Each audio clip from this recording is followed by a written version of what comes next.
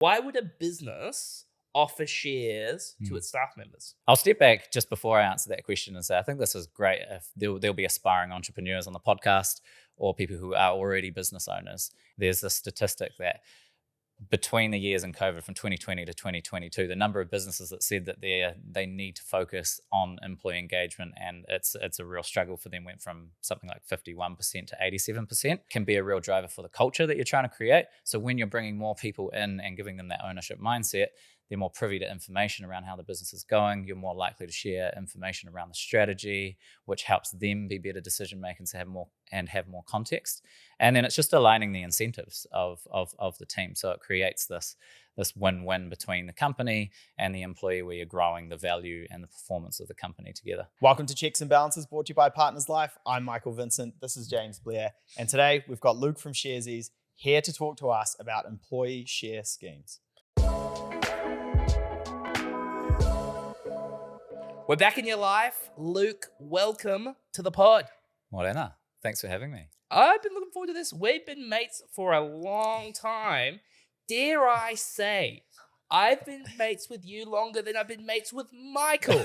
Now, granted, you and I aren't intertwined as much as Mike and I, but you've got some really cool stuff to go through today in terms of employee share schemes, talking about Sharesies, talking about Orchestra. So tell us a little bit about yourself.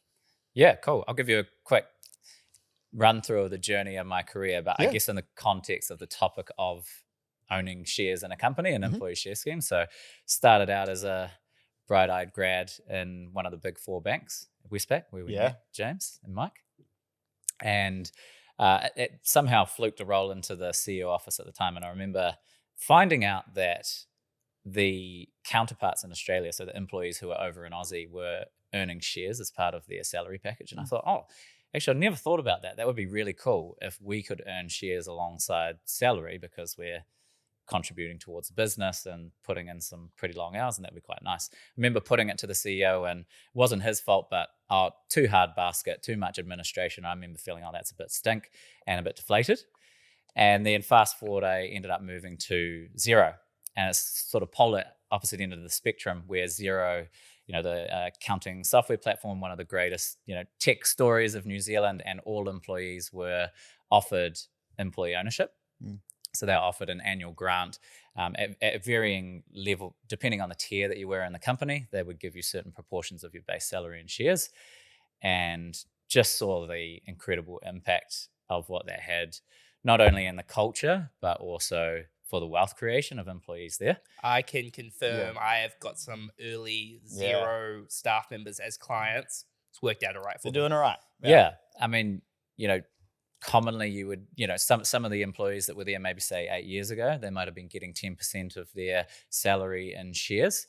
And then you fast forward and the average price of that might have been $20 and it's now $150. Yeah. You're earning the equivalent of a full-time salary in that benefit. And some other stories where you would rock up one day, someone that's been, one of the OG salespeople that's been there for 13, 14 years, and someone just, drops you a little whisper that she's just dropped $2 million in stock and bought another investment property, like it can be life-changing. Obviously that's an extreme case, but was my first foray into seeing the benefit, not only from a wealth creation, but the cultural impact and the performance impact that it had on the business, and the sense of belonging for myself, the way that I thought about what I was doing in the business, the way that I weighed up the return on investment on what we're doing and leaned into the culture.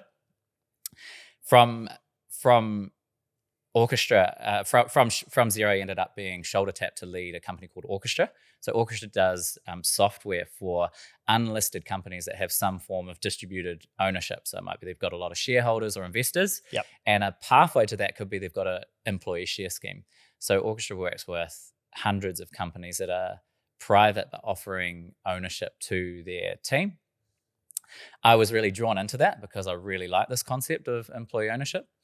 And so, it's been a cool ride. And then since then, been acquired by Sharesies. And in the fold there now. Nice. Yeah, I actually got one of those random emails one day, or the kind of whisper in the air. I've owned shares in the company that I've worked for twice now, outside of Lighthouse. Both tech companies. One went public, which was super exciting. and the other one sold to Moody's. And I had all but forgotten about them. And we were in the boardroom one day. I think we were having lunch in the boardroom, and I just was scrolling through my emails, and it was just, hey, by the way, we've sold to Moody's. Do you object to this? And I was like, no. And they're like, here's the money. I was like, oh, that's worked out quite well. Yeah. Yeah. Bought your car, didn't it? Yeah, I did. Yeah. But it was really interesting because at that time, that was pre-COVID, moving into COVID, and the company was running out of cash. So they were like, we had all these, shares that vested over, these huge timeframes to keep you in the company. And they were like, we can pay you half of your salary in cash and half in shares. And I was like, I'll take that so long as they vest straight away.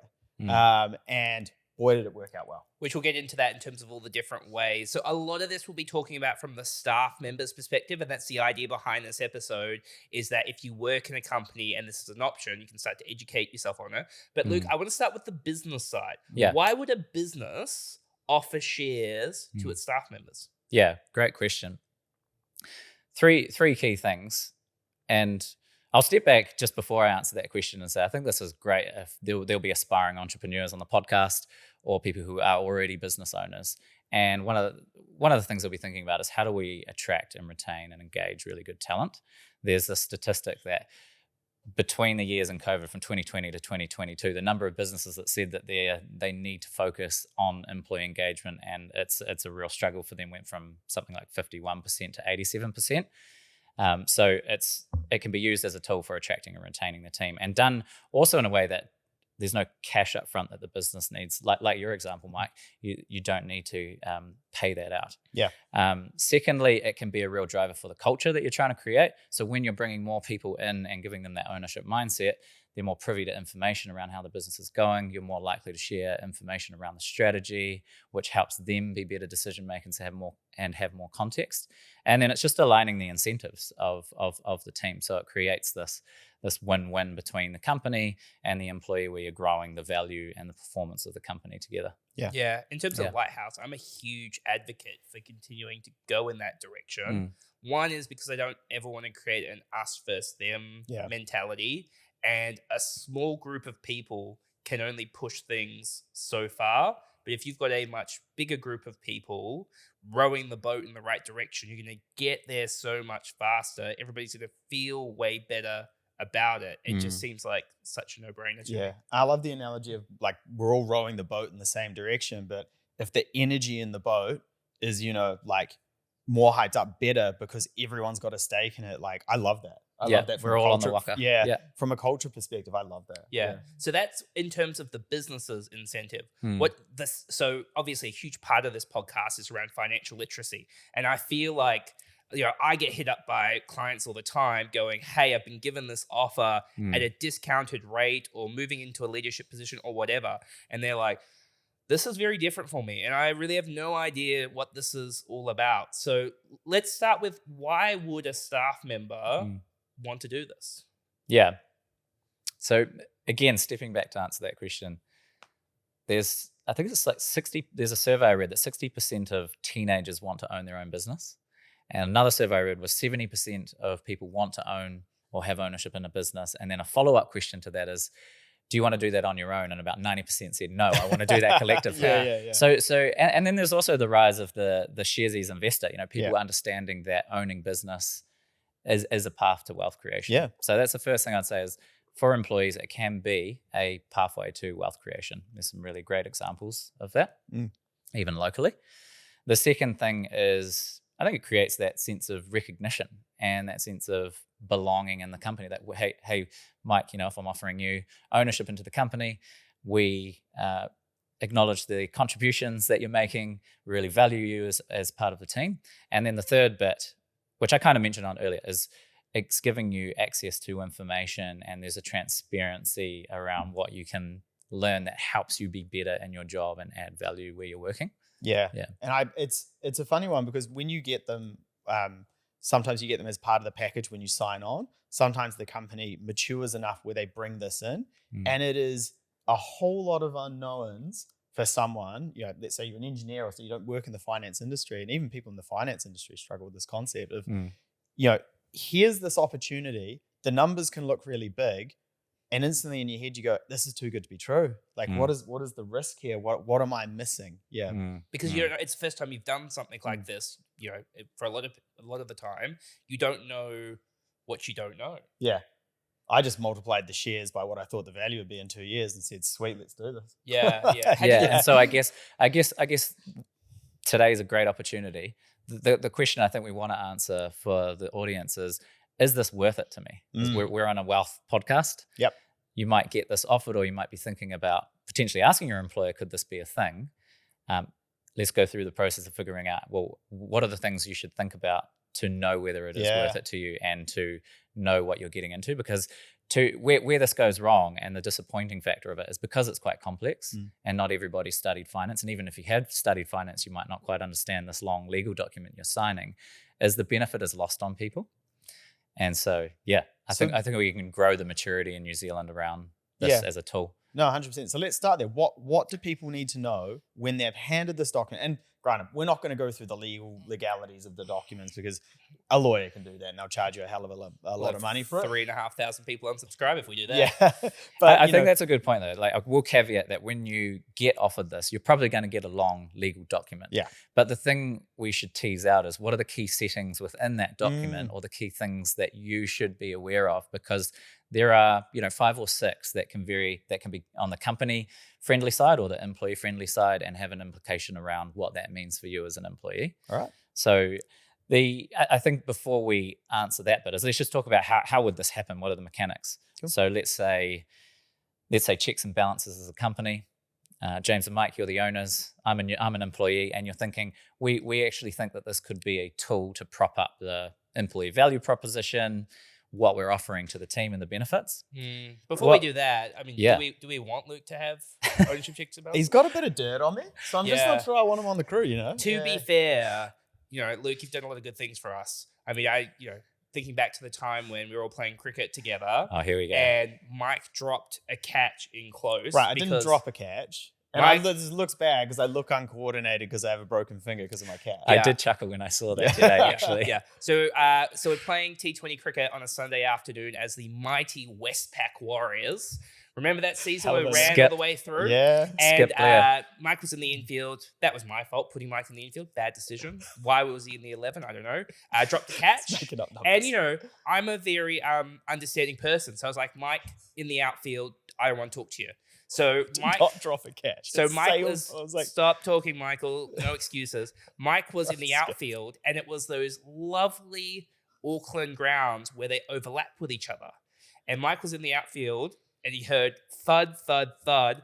Turned around, and a guy who was about 6'4", was it his shoulder or his elbow? Elbow. He was going back to take a catch. Went straight into Mike's nose. Snapped his nose in two, and your lovely wife Monique was nice enough to drive Mike to the hospital all through the car. Yeah, and still got the stain on the car floor to these days. I mean, the disappointing bit there was I got dropped from Red 11 modeling agency straight after that because my nose was a bit out of shape. But I've landed on my feet in finance. Why didn't you take the nose job?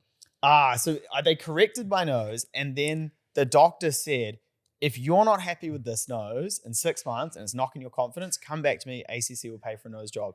I regret not doing it just because I think it would be funny. Like, it would be hilarious to get a free nose job. But anyway. You're definitely so the point is, you're going to give me some shares. Yeah. My preference would probably be to give them to Monique. But let's give them to the Smiths. So you can have your checks and balances shares. I don't know what they're worth, but best of luck to you. So what happens from there? Cool. So you've decided that you're going to do it. Yeah. Then typically what you'll do is you're going to, let's say there's 100 shares in checks and balances. You're going to issue some new shares on top of those 100 shares that you own. That's going to be allocated out to employees that are already here or employees that you're going to recruit in the future. Cool. Commonly, that's around 10 to 20% on I was thinking median. 3 shares. Give them 3. Right. You're really pitching a high number here. Yeah. I'm trying to get it in here. Yeah. You want that partner's life money. The next bit that you're going to do is figure out, well, what is the type of scheme that we're going to offer, which we'll get to. Yeah. And then once you've figured out the type of scheme, you go through a few settings that you're going to design. You'll get the legal rules done out, and then you issue it out. Cool. All right.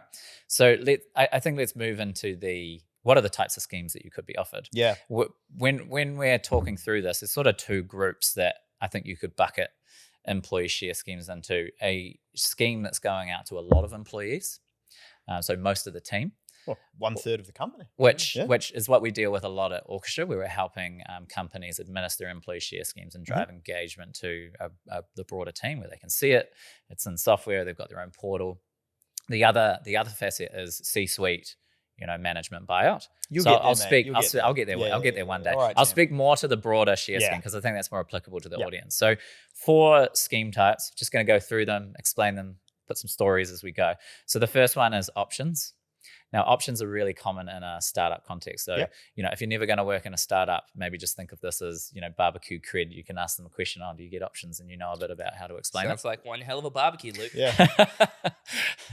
So options are the right to buy shares at a fixed price, but not the obligation. So I'm going to break that down in an analogy. Everybody knows property. So Mike, you've seen a house that you like, that you want to buy. It's worth $500 today. And it's worth $500. And I'm going to come with a contract that says, Mike, you can buy that house for $500 over the next 10 years. And it's got a 10-year expiry. So at any point, I can say, I'm taking this for $500. Exactly. Yeah. There's nothing you need to put down now. All you need to do is sign this contract. I'm not paying it off or anything over 10 years. Yep, cool. Yep. So no upfront obligation. Fast forward 5 years, that house is worth $1,000. What are you going to do with that contract? I'm buying. I'm buying. Right. Executing. Okay. I'm gonna take the deal. So you can exercise your right to purchase that house at $500, and now you've got a house that's worth $1,000. Yeah. So the reason that's common in a startup context is because we don't know what the value of the company is yet. There's not a lot of cash going out, so a lot of employees that are joining early are probably in a salary sacrifice, benefit sacrifice from working in a corporate. And so it's a ticket to play, really, is you're going to be working, you're putting in some pretty big mahi. You're also salary sacrificing, but we want you to participate in the potential upside of this thing really growing in value. Yeah, and that was the first company. No, both companies had options for the ones I was working at in the UK. Yeah. Same for that reason. They're like, you could go to a bank and earn a lot more cash, or you could roll the dice and come to the tech company. Yep, you get paid a little bit less, but there is the chance here that you are going to hit it big. And there's the chance. So I just want to caveat that. I also should caveat that none of this is financial advice. Oh, no, it is. We're the tech guys. Yeah. You're too far into the this, software guys. So we're giving you a guidance around what happens. Cool story around options is there was a woman called Bonnie Brown at Google who was a part-time masseuse for the engineers. And there was an article that came back out in 2007. You can look it up in the New York Times. And she was on a $450 part-time wage, but took options on the side instead of salary. And those ended up being worth millions. So Bonnie now has a mansion in Nevada, her own private Pilates instructor. She's overseeing a charity that she runs. She's got her own masseuse now. Exactly. Cool. On the flip side, I've got another story of, someone learned what we were doing at Orchestra, and I need to be careful around, not naming names. Go on. But came to me and said, hey, Luke, can we have a coffee? And we sit down, and he rewinds about 10 years, 15 years ago.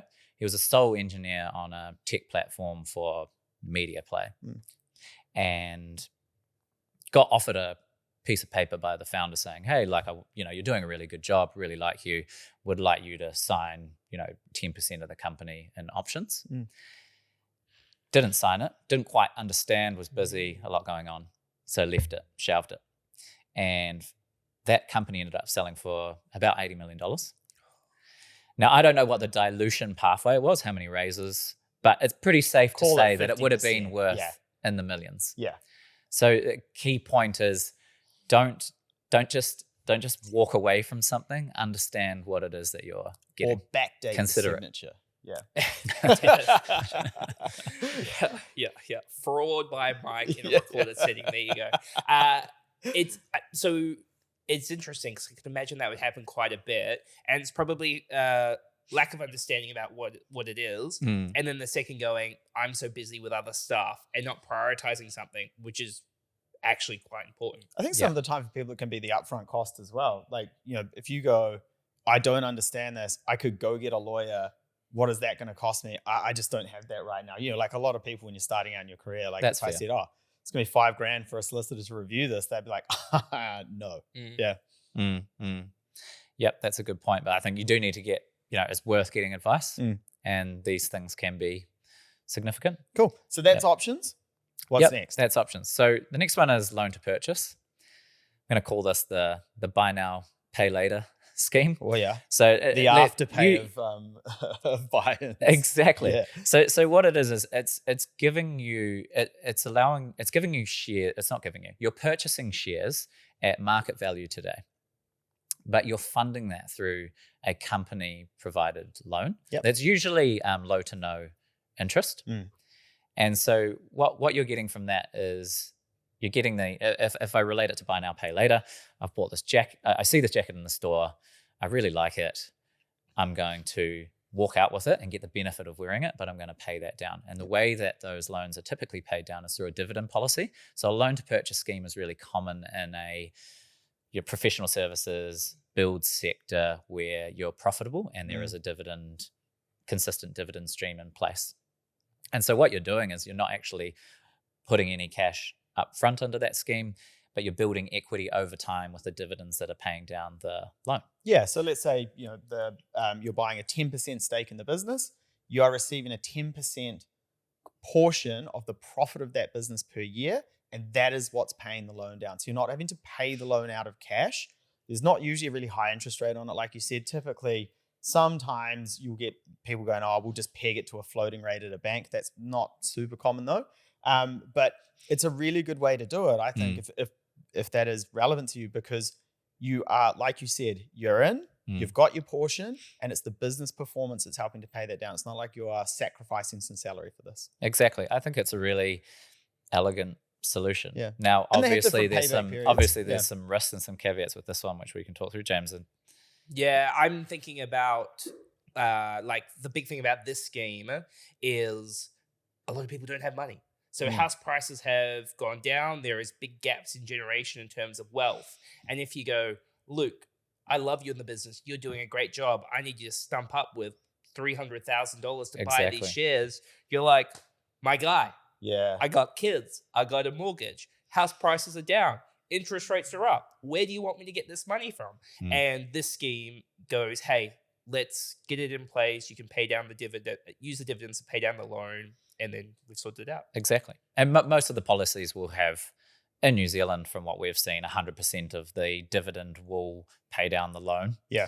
Until you've cleared the balance. That's great. You're just effectively building your equity over time through loyalty with the company. Yeah. So some clients, one client we work with is Becca.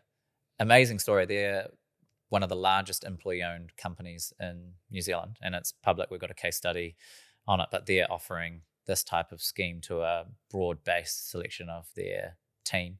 Another engineering firm that I was talking to the CFO, and the CFO was saying, Luke, some of the people that have been in this scheme for a while are now getting dividends to the equivalent of an annual salary that they're earning. And I just think, how amazing is that? Like, you've had people who have gone through thick and thin, peaks and troughs.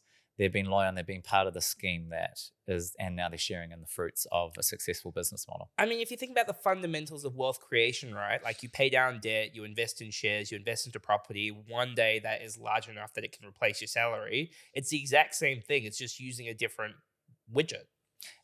Yeah. And sometimes, like in this case of a loan to purchase, it's not at the trade-off of doing other investments. It might be slightly at the trade-off of salary.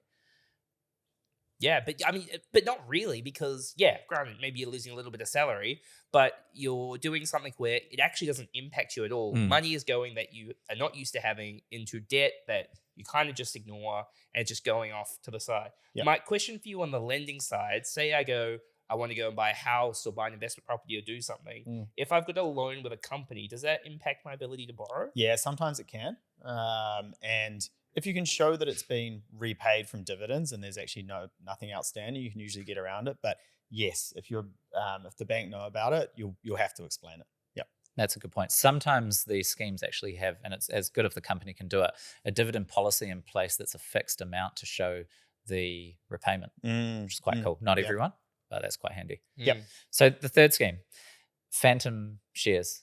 It's like ghost shares. Mysterious. Reminds me of that advert. I don't want your Ghost ghost, chips. chips. Yeah. It's kind of like a annual bonus scheme where you're given a hypothetical amount of ownership, but there's no exchange of actual shares, and it's for the purpose of paying a bonus relative to what the profit share would be if you did have them. And there's also, if the company was acquired or there's a liquidity, you sometimes the company can choose different options. You'll get the proceeds of whatever that amount of ownership would be. It's not as common here.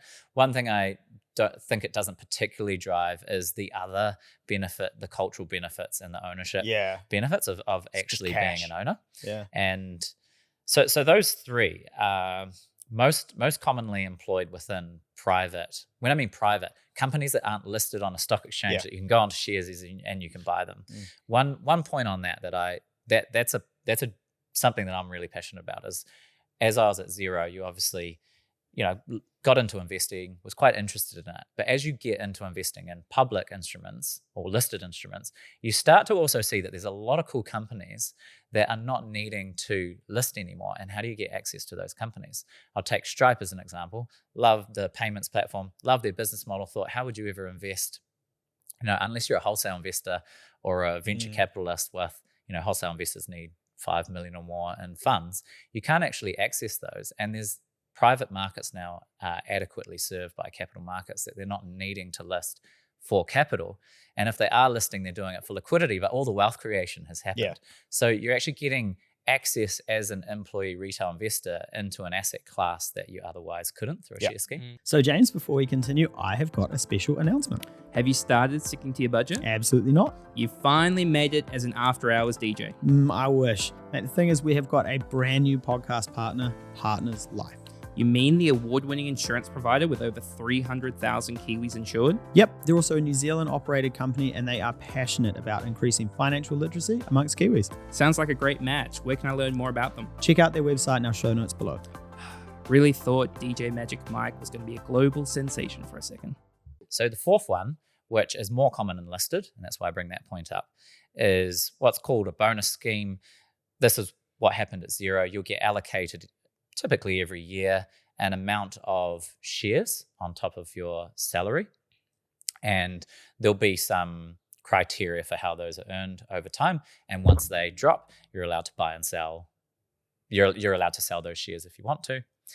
Typically, it's offered within a tax-exempt scheme at Inland Revenue. So companies are allowed to give $2,000 worth of shares without incurring any tax. That's about to change to $3,000 actually. So that's what we most commonly see with listed companies that we're working with. Yeah, so when I was at Cardlytics, the first company in the UK, we went from getting options because we hadn't listed to then we listed. And then after that, we were given RSUs, so restricted stock units, and shares that kind of vested over a period of time. That's right. That's that model. Yeah.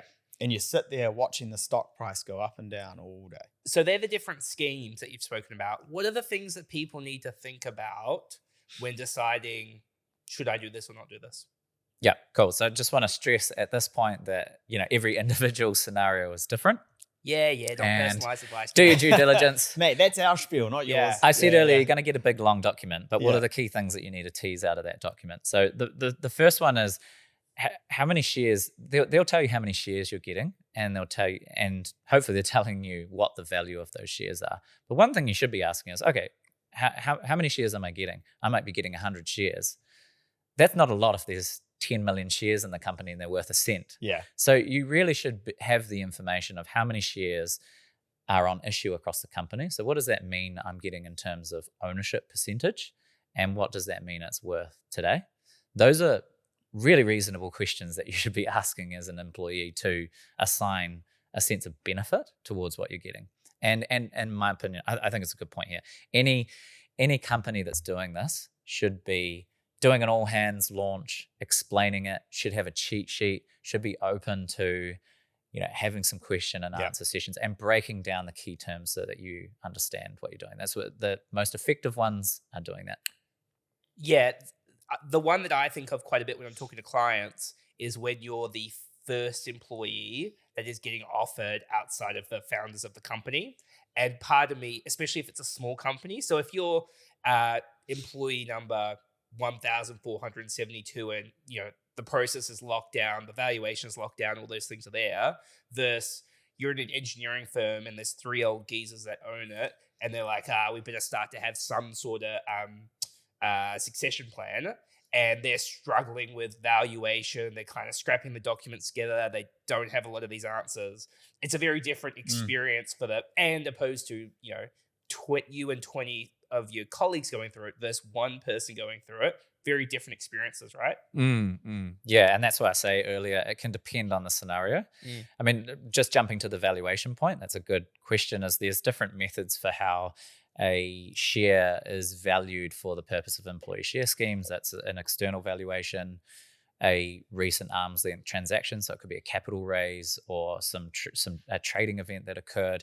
And then thirdly, and this is where it can get a bit grey, an internal methodology within a private company. Obviously listed is easy because there's a share price, but that can be a factor that you can negotiate, and I'm sure you've potentially seen that with some clients. I've had it with heaps where I look like I try to talk to clients about like a framework for decision making. Like, I'm not going to tell you whether this is a good or a bad thing to do, but the first thing I go is, who's running the company? What's the strategy of the company? How do you feel about those things? Because that's the very first piece to go, do you want to go down this road or not?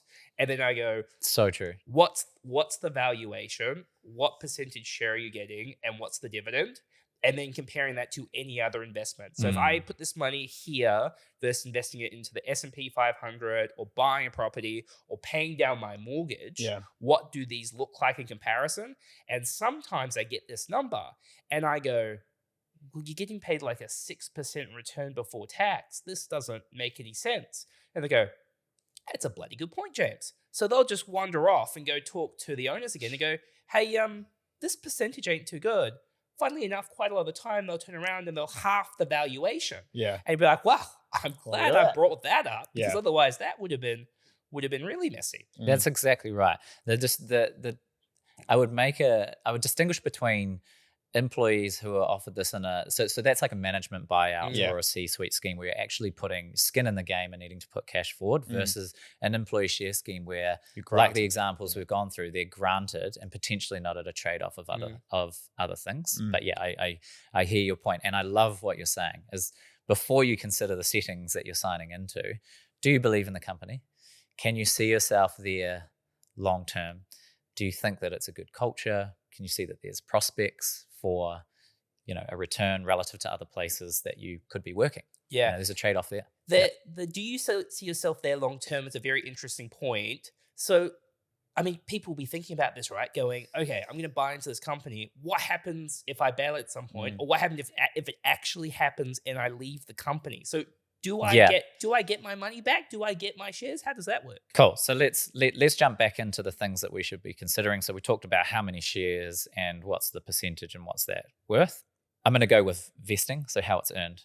Well, what is vesting? So when you're granted, what you want to avoid, is, particularly as a company, is a situation where you grant some shares. So checks and balances gives me some shares, and then I walk out the next day and I've got 1% of the company and I'm on your share register and I'm adding no value. Yeah. So that's why we have a legal agreement in place. And so to drive a retention benefit, but also avoid that scenario, is there's this thing called earning that grant. Most commonly what we see is 3 to 4 years on our platform. So if you stay for 3-4 years, you'll earn the full 100%. And an household analogy. Let's say you got a pet dispenser. You've got a cat, right, Mike? Big cat guy, Mike. So you get the bag of biscuits. Yeah. Is like the grant. Yeah. You put it through. The settings are the vesting and the way they're going to be earned. Yeah. Like I say, usually time-based. Sometimes they're going to be performance-based. So it's important to check that if they are KPI-based, are these realistic and obtainable? Once you pass through those settings, then you've got those either ready to consume, they're already yours, or in an options context, they're available to make a decision of whether you want to exercise them. Now, I'm not insinuating that employees are pets, by the way. Yeah, but it's just a useful analogy. Yeah. This is my son's pocket money scheme, actually. This sounds very similar. But it vests over 4 years. Yeah, that's right. Yeah. And he gets an equity stake in the Blair fortune. Yeah. So just to break that down again. So if I get 100 shares and they are vesting evenly over 4 years, I will receive 25%, 25%, 25%, 25%, right? Yeah, sometimes it's a monthly vest over Yep. a 4-year period. Quarterly is actually the most common that we see. Yeah. And sometimes what you'll get is a period of time where you are at the company, and then you get where you have nothing, and then you have a large chunk vest, and then it will start a regular vesting cadence. What you're talking about there is a cliff. Yep. As in, you don't get anything until you fall off it. Yeah. So it might be, using the pet dispenser analogy, you want to trickle through one every hour, but you don't want to do it till midday. Yep. Because you've just had breakfast. Exactly. Yeah, because Beef Wellington, which is by the way the cat's name, kind of Everyone in the performed the room's show. like, what? Yeah, Beef Wellington, Welly for short. Yeah, Okay, should we talk about leaving? the cat. Yeah. No, No, Yeah. we'll skip leaving. the cat. No, I didn't choose the cat life, right? I Yeah. chose Do we want it. to talk about the broken finger? Yeah. Alright, we'll go. Okay, let's talk about leaving. Yeah. Leaving this cat conversation. So leaving is a good thing. What happens when I leave the company? Yeah. Now, generally, there's I've got strong opinions on this, but the way it's broken in is: are you a good leaver or are you a bad leaver? Yeah. How do you want to leave checks and balances? Mate, Yeah. there's only one way. It's bad. Yeah. So, bad leaver is typically you misconduct, gone to a competitor, Yep. left in a bad way. Mhm. And what would happen in that case is anything that you haven't earned is stripped back, and anything that you haven't exercised for options is stripped back, and anything that you have earned is purchased back by the company at agreed methodology or rate. A good And leaver. that's all in an upfront document, right? All Yes, of that is exactly. explained. So this is Yeah. what you want to read through. Yeah. A good leaver will typically be able to hold on to that for a while, Mhm. or there's a buyback scheme in place. Yeah. Some I've seen it takes 3-4 years. We're going to buy that back over time. Some bad scenarios. So OpenAI was recently hit up about having quite a broad definition of what a bad leaver was, such that they were threatening to claw back options that have been earned from departed employees if they said anything bad about the company. Oh, right. Yeah. So, let's I build mean- that into the clause. I mean, Yeah. the way to solve that, and my personal opinion is, it's kind of like saying I want to claw back cash that you've earned, like your Yeah. salary. You've been there, you've Yeah. earned it. Mate, you talk smack about checks and balances. We're clawing it back. So my opinion is make sure that that's as narrowly defined as Yeah. possible as an employee. Mm. The next thing that you want to think about is what happens if there's an exit or something changes in the business. When I say an exit, what happens if it gets bought out, which would be hopefully a good thing. Good thing. What happens if it lists onto Great public thing. stock exchange? So there's Yep. initial public offering and you can buy and sell on market. Only at a window. Only at a certain window. There are Yep. blackout periods. That's right. And so, there's typically you'll be able to there's two fields there. It'll get accelerated, so everything that you were due to earn all gets earned, and you have the right to that. Another path is if you're still employed with the new acquirer or still with the company, then it just continues as per. Yeah, let's talk about tax because I've seen some things happen in this space. Yeah. Ouch. Yeah, so it's important to think about tax, and this is where I'd say do get a tax advisor to go through it. It's think about it like this is a benefit that's subject to income tax, much like your salary. But again, it depends on the scheme and if there's a discount being offered. One I want to talk about is the options scheme. So if we go back to the house analogy, Mike, where you're going to exercise your right to purchase the house for $500 that's now worth $1,000, that when you exercise that right, that is when you are subject to effectively a capital gains tax. We think we don't have capital gains tax in New Zealand, but this is where it happens. Yep. Now, the caveat, the thing to think about, particularly if you've got options in an unlisted company, is if you're doing that before there's an acquisition where you get the proceeds of the sale or it's not listed on a market, you need to think about whether you have the cash in hand to make that choice, because the gain between the 500 and the 1,000 is going to be taxed at your personal tax rate. Now, another thing that I will add that's important to think about is if you leave, what is the expiry period on making that decision? So what you don't want to be forced into is I need to make a decision within 90 days and that company is not going to sell. And that would be a point I would negotiate on. Good schemes I see is even if you've left, you've got 10 years to sit there and hope and hold on to it until there's a listing or the business gets acquired. Yep. Yeah, and we use the analogy of the house, right? And Mike gets offered it, worth 500. He buys it at 1,000. There's tax implications. Mike's going, well, I'll just let this keep going up in value and deal with this way down the line. But it's not that straightforward, because if you think the house is going to keep going up in value, as the house goes up in value, your tax liability goes up. So just for really basic, if it's $600, you might be paying like $200 in tax. If it goes to $1,000, you might be paying $333 in tax. So that's an extra $130, more than 50% more that you're paying in tax. So if you're thinking this is going to keep going up in value, hypothetically, you should exercise these as soon as you can, so your tax liability is lower. However, scenario that I have seen is people are confident that the value is going to keep rising. So they exercise their options now, but the share value drops. And I have had scenarios where the tax liability has been greater than the value of the shares. So buyer beware. Exactly. And that's what you'd call an underwater option. Because a lot of the time you can sell to cover. So you've got, let's say the company goes public and you've got this, $20,000 tax obligation because you've exercised the options. You can sell an amount of shares to cover that tax obligation up front so that you aren't having to fork out, say, 20 grand for the tax. Yeah.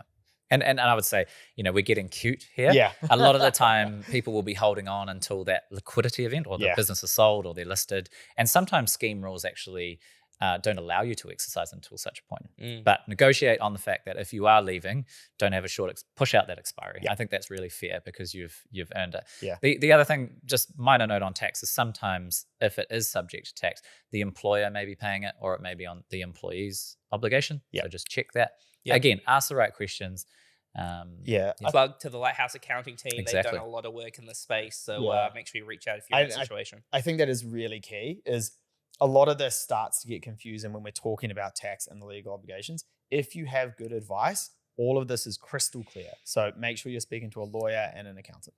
So we've run through all the different schemes, Luke, and kind of the things to work through. I guess the big thing is some people might be going, this all sounds great, but my employer ain't offering me squat. If they're in that situation where they would like to have a conversation with their employer going, give me some skin in the game, baby, how would you go about it? Yeah.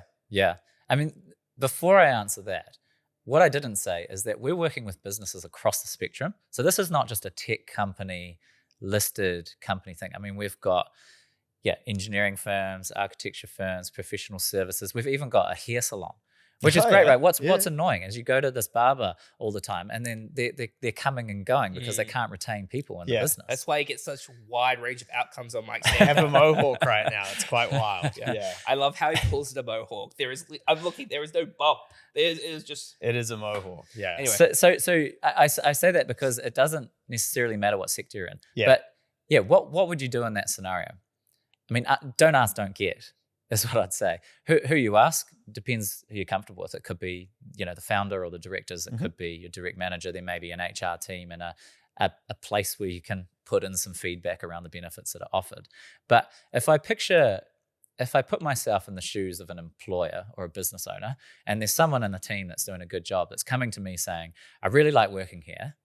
I think it's great. I would like to be here for a while. And I would like some ownership so that I feel mutually incentivized like you are, I'd say, man, that's awesome. Like, how good is that proactivity? Those are the kind of people that I want in my business that's going to help the company because talent is so important. So I just wouldn't be afraid of asking. It's interesting you bring that up because for those that are the employee, quite a scary conversation. And then also maybe worried that they're going, hey, I want what you have. Yeah. But really, the person on the other side is going, this is great. Yeah. Like, I've got somebody who goes, I want to be in the boat with you. I want to be here long term.